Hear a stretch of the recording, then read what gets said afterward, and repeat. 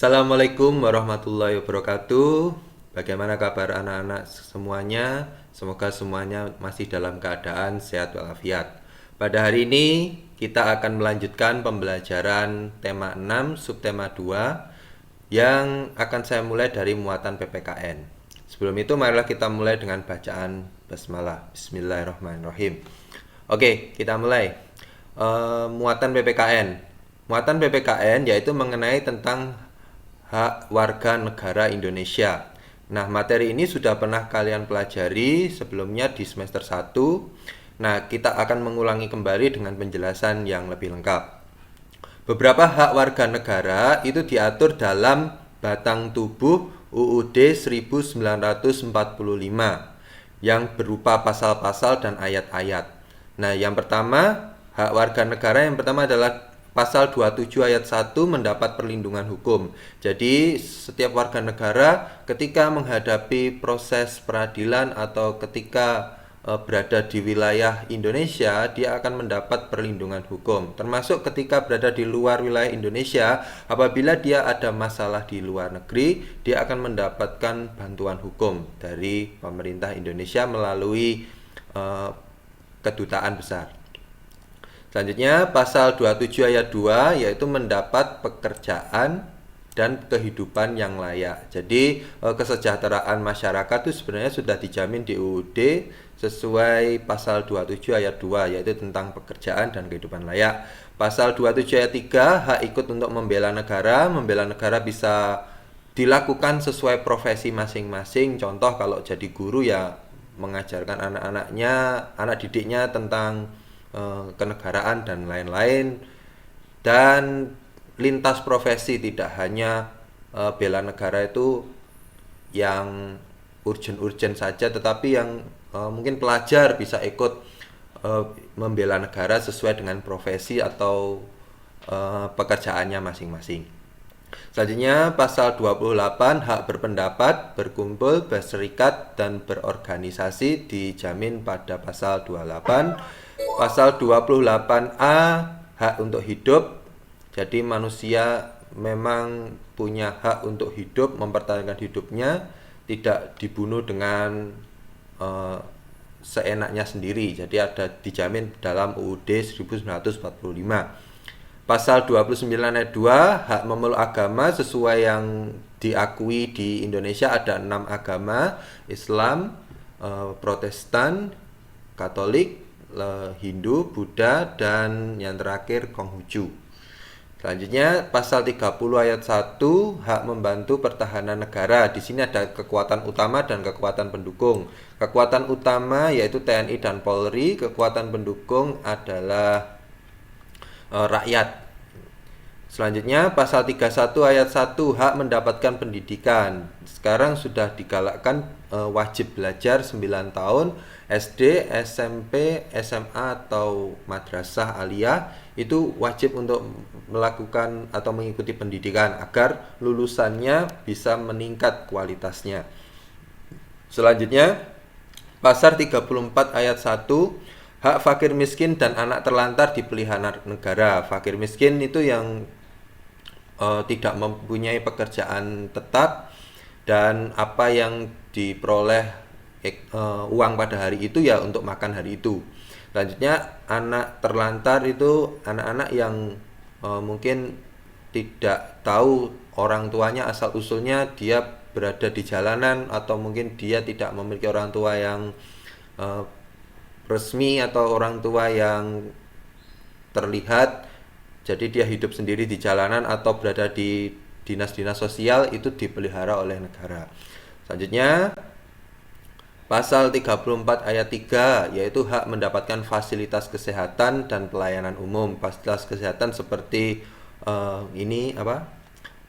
konsultasi tentang kesehatan, imunisasi, vaksinasi, dan pelayanan umum seperti pengurusan administrasi, kekeluargaan, dan sebagainya. Masuk ke muatan bahasa Indonesia, ini pun juga sudah dibahas di tema sebelumnya di semester 1, yaitu tentang kata kunci. Kalimat utama, gagasan pokok, ide pokok pada teks non-fiksi. Kata kunci adalah kata yang menjadi dasar pengembangan paragraf. Ya, kata ini biasanya hanya terdiri dari 2 sampai 3 kata saja. Jangan banyak-banyak. Tapi kalau nanti banyak-banyak itu sudah menjadi ide pokok. Kata kunci dapat ditemukan pada judul bacaan, kalimat utama, dan ide pokok. Dari judul saja kita sudah tahu kata kuncinya sebenarnya. Kalimat utama juga mengandung kata kunci, ide pokok pun juga mengandung kata kunci. Contoh bacaan tentang manfaat hutan, kata kuncinya jelas. Ambil saja dari judulnya, manfaat hutan. Ya. Selanjutnya kalimat utama. Kalimat utama adalah kalimat yang menjadi dasar pengembangan suatu paragraf. Sedangkan kalimat penjelas adalah kalimat yang menjelaskan kalimat utama. Nah, kalimat utama ini ditulis sama persis ya. Jadi tidak boleh berbeda dengan yang ada di paragraf. Kalau berbeda itu namanya sudah ide pokok. Tapi kalau ditulis persis itu menjadi kalimat utama. Dalam sebuah paragraf ada satu kalimat utama biasanya ya pada umumnya. Sisanya itu kalimat penjelas. Kalian tinggal menghitung. Nah, sekarang kita lihat ada 2 macam paragraf yang dipelajari untuk anak SD ya. Ada 2 macam paragraf berdasarkan letak kalimat utamanya. Itu pertama ada paragraf deduktif. Paragraf deduktif adalah paragraf yang kalimat utamanya berada di awal. Jadi kalimat utama di awal selanjutnya dijelaskan oleh kalimat penjelas yang mengikuti di belakangnya. Selanjutnya, contoh paragraf deduktif ini, kalimat utamanya kelapa adalah buah yang sangat bermanfaat. Nah, itu dijelaskan dengan kalimat penjelas, buahnya untuk bahan minuman yang menyegarkan, batangnya untuk bahan bangunan, akarnya yang kokoh untuk menahan abrasi dan erosi, daunnya untuk pembungkus makanan. Selanjutnya kita hitung berapa kalimat utamanya, 1, dan kalimat penjelasnya ada 4. Selanjutnya paragraf induktif. Paragraf induktif adalah paragraf yang kalimat utamanya berada di akhir. Paragraf induktif biasanya menyimpulkan bacaan di akhir ya. Selanjutnya contohnya di depan ini ada banyak kalimat penjelas. Nah, kemudian disimpulkan dalam satu kalimat utama, dapat kita simpulkan oleh karena itu, maka dari itu biasanya ada kalimat-kalimat seperti itu. Jadi bahwa jahe memang mempunyai banyak manfaat. Nah, kalimat utama singkat, padat, jelas tapi mengandung satu paragraf. Selanjutnya ide pokok. Ide pokok itu adalah gagasan yang menjadi pokok pengembangan paragraf. Maka dari itu ide pokok memiliki nama lain gagasan utama atau gagasan pokok. Ide pokok atau gagasan utama itu tidak sama dengan kalimat utama. Kalau kalimat utama itu ditulis secara utuh ya, dapat berupa deduktif, induktif atau paragraf campuran. Tapi kalau ide pokok itu hanya ditulis beberapa kata saja. Intinya versi pendeknya dari kalimat utama dan tidak ditulis sama persis ya. Selanjutnya, biasanya ide pokok itu berada di kalimat utamanya, merupakan part atau bagian dari kalimat utamanya. Dan setiap satu paragraf itu biasanya hanya ada satu ide pokok. Contoh, bacaan tentang tumbuhan jagung. Nah, kalimat utamanya, salah satu contoh tumbuhan yang berkembang biak dengan bunga adalah tumbuhan jagung. Nah, ini adalah deduktif ya, kalimat utamanya berada di depan. Nah, kalimat utama ditulis sama persis ya, seperti yang ada di sini. Nah, ide pokoknya itu versi pendeknya dari kalimat utama. Tumbuhan jagung berkembang biak dengan bunga. Selanjutnya, muatan IPA. Sebelum saya lanjutkan, saya memberi warning dulu agar materi ini kalian pelajari dengan orang tua atau wali siswa yang mendampingi belajar ya. Wajib mendampingi untuk orang tua atau wali. Karena untuk pembimbingan ketika kalian remaja. Jadi materi ini cukup sensitif, harus ada bimbingan dari orang tua. Terima kasih. Kita lanjutkan. Pubertas. Pubertas adalah terjadinya perubahan fisik. Fisik itu tubuh ya. Dan mental. Mental itu pola pikir pada anak laki-laki dan anak perempuan. Jadi tidak hanya laki-laki saja atau perempuan saja. Yang disebabkan oleh perubahan hormon. Pak, apa itu hormon? Ya. Hormon ini sangat mempengaruhi pubertas karena hormon itu merupakan cairan yang dihasilkan oleh tubuh yang mengatur kinerja organ tertentu seperti alat reproduksi, seperti pertumbuhan, perkembangan, dan kestabilan tubuh atau metabolisme. Pubertas dalam keilmuan juga disebut dengan masa remaja. Nah, dalam Islam pubertas itu disebut dengan akil balik. Akil itu berakal, balik itu sudah mateng ya, sudah secara tubuh sudah mateng dan diwajibkan untuk sholat dan beribadah. Dalam bahasa Inggris disebut dengan adolescent. Masa pubertas ini merupakan masa peralihan ya, masa peralihan dari apa? Dari anak-anak menuju dewasa. Nah, ini kita lihat, kita ingat kembali materi di subtema 1 bahwa perkembangan manusia itu kita mulai dari bayi, baduta. Setelah itu ada anak-anak. Anak-anak itu ada macamnya banyak, ada balita dan anak-anak awal ya. Selanjutnya ada remaja. Remaja ini ada yang masih anak-anak akhir dan sampai kira-kira usia SMA. Sekitar 10 tahun sampai 18 tahunan ya. Dan selanjutnya ada dewasa 18 tahun ke atas sampai 60. Awal memasuki masa pubertas itu tidak sama antara laki-laki dan perempuan. Laki-laki pubertasnya 10 sampai 15 tahun, sedangkan perempuan itu 9 sampai 15 tahun. Biasanya anak perempuan itu pubernya lebih dulu dibandingkan anak laki-laki. Maka dari itu anak perempuan biasanya terlihat lebih dewasa daripada anak laki-laki pada usia yang sama. Selanjutnya jenis perubahan manusia pada usia remaja itu ada dua. Yang pertama ada perubahan primer dan yang kedua ada perubahan sekunder. Perubahan primer adalah perubahan utama pada organ reproduksi. Jadi perubahan ini yang menunjukkan bahwa manusia sudah sampai usia remaja atau usia akil balik. Contohnya yang dialami laki-laki itu mimpi basah pada laki-laki dan perempuan itu menstruasi. Untuk anak laki-laki yang mengalami mimpi basah menandakan bahwa organ reproduksi telah menghasilkan sel kelamin jantan atau sperma. Ya. Selanjutnya untuk anak perempuan yang mengalami menstruasi bahwa organ reproduksi telah menghasilkan sel telur. Nah, sel telur ini akan menempel di dinding-dinding rahim. Jika tidak ada yang membuahi, maka sel telur ini yang akan berkumpul menjadi menebal ini akan luruh dan dikeluarkan setiap bulannya dalam bentuk darah haid atau menstruasi untuk membuang sel telur yang tidak digunakan. Nah, sel telur ini dalam bentuk darah haid yang menstruasi yang kalian temui ketika setiap bulannya.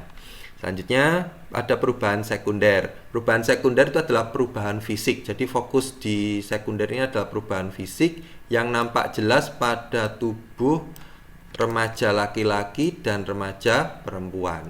Jadi perubahan ini merupakan pertanda yang dapat dilihat secara fisik ya. Selanjutnya perubahan sekunder pada laki-laki seperti bertambahnya ukuran tubuh dan kemaluan, suara berubah menjadi serak atau besar ya. Contohnya anak-anak yang biasanya habis khitan di kelas 5 atau kelas 6 suaranya yang dari awal melengking ya, itu menjadi lebih serak atau ngebas.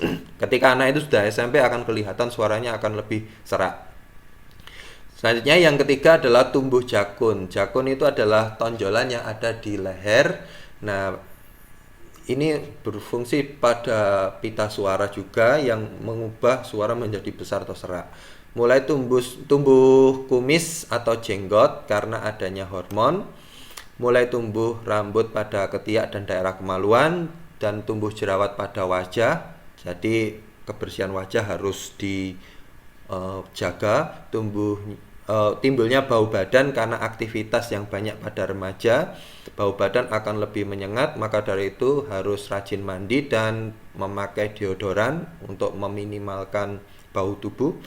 Badan lebih tegap, bidang, datar atau six pack ini tergantung aktivitas karena aktivitas laki-laki lebih banyak dan otot laki-laki itu kebanyakan lebih kuat ya. Jadi dengan banyaknya aktivitas, postur laki-laki lebih tegap, bidang datar. Selanjutnya, untuk perubahan sekunder pada anak perempuan itu mulai tumbuh payudara yang kelak akan digunakan untuk menyusui anaknya. Jadi ini kodrat seorang perempuan. Pinggul membesar karena pengaruh hormon pada wanita. Suara menjadi lebih melengking atau merdu karena adanya hormon juga. Tumbuh rambut pada ketiak dan daerah kemaluan. Tumbuh jerawat pada wajah. Timbul bau badan karena hormon. Postur tubuh mulai terbentuk seperti wanita dewasa. Kita lanjutkan materi IPS. Muatan IPS yaitu sikap mempertahankan NKRI. Ada contohnya cinta tanah air, melestarikan budaya, menjaga kelestarian lingkungan, berprestasi akademik non-akademik, bangga terhadap produk Indonesia, memperingati Hari Kepahlawanan, dan bangga sebagai warga Indonesia. Yang kedua ada membina persatuan dan kesatuan dengan cara berteman dengan siapa saja, mempelajari kesenian atau budaya Indonesia, menolong siapapun tanpa membedakan suku, tidak mudah terpengaruh berita bohong atau hoax, menjaga kerukunan antar agama atau antar suku dengan cara toleransi, menghadapi perbedaan. Unity in diversity, ya, jadi menjaga kesatuan di perbedaan. Selanjutnya rela berkorban dengan cara apa saja, bisa dengan cara memberikan tenaga ya, bisa pemikiran, bisa harta. Kalau nggak punya tenaga, pemikiran, harta, bisa doa ya, dan penuh juga diiringi dengan keikhlasan sepenuh jiwa. Wujud pelajar mencintai tanah air, berprestasi di bidang akademik maupun non-akademik. Akademik itu dalam bidang pelajaran, non-akademik dalam bidang ekskul dan kegiatan. Menggunakan ilmunya untuk membangun bangsa. Jadi sepintar apapun kalian, jangan lupa untuk mengembangkan tanah air kalian sendiri. Jadi agar ilmumu bermanfaat bagi bangsamu sendiri juga. Manfaat cinta tanah air yaitu menimbulkan rasa bangga dan bakti pada negara, dan upaya mempertahankan budaya yang sering diakui negara lain dengan cara mengurus hak paten. Apa itu hak paten? Hak paten itu adalah hak kepemilikan budaya atau kepemilikan suatu produk agar tidak diklaim oleh negara lain. Mempelajari budaya, mengajarkan budaya kepada generasi muda, bangga terhadap budaya sendiri, dan yang terakhir jangan lupa promosi budaya baik secara pertemuan maupun secara medsos ya. Selanjutnya ada SBDP, ada dua materi atau dua pertemuan. Yang pertama ada tari kreasi. Tari kreasi itu adalah tari yang perkembangan dari tari tradisional. Ada tari kreasi daerah yang sesuai ciri khasnya. Ada tari kreasi modern tidak memiliki aturan yang sangat modern sekali. Ada tari kontemporer yang dibuat berdasarkan isu tren pada saat itu. Berdasarkan jumlah penarinya ada tari tunggal dan tari berpasangan dan tari kelompok. Tari tunggal itu tari yang diperagakan seorang penari. Tari berpasangan itu satu pasang. Tari kelompok itu diperagakan lebih dari 2 penari. Selanjutnya ada muatan SBDP yang kedua, yaitu ada macam tari tunggal. Ini ada gambar tari merak. Tari merak asal daerahnya dari Jawa Barat, dan properti tarinya, properti itu beda dengan kostum ya. Kalau kostum itu yang dipakai di tubuh, tapi kalau properti itu alat-alat yang digunakan untuk mendukung tari, yaitu sayap merak. Selanjutnya ada juga tari dari Bali, yaitu tari pendet asal daerah Bali, dan properti tarinya baskom dengan untaian bunga.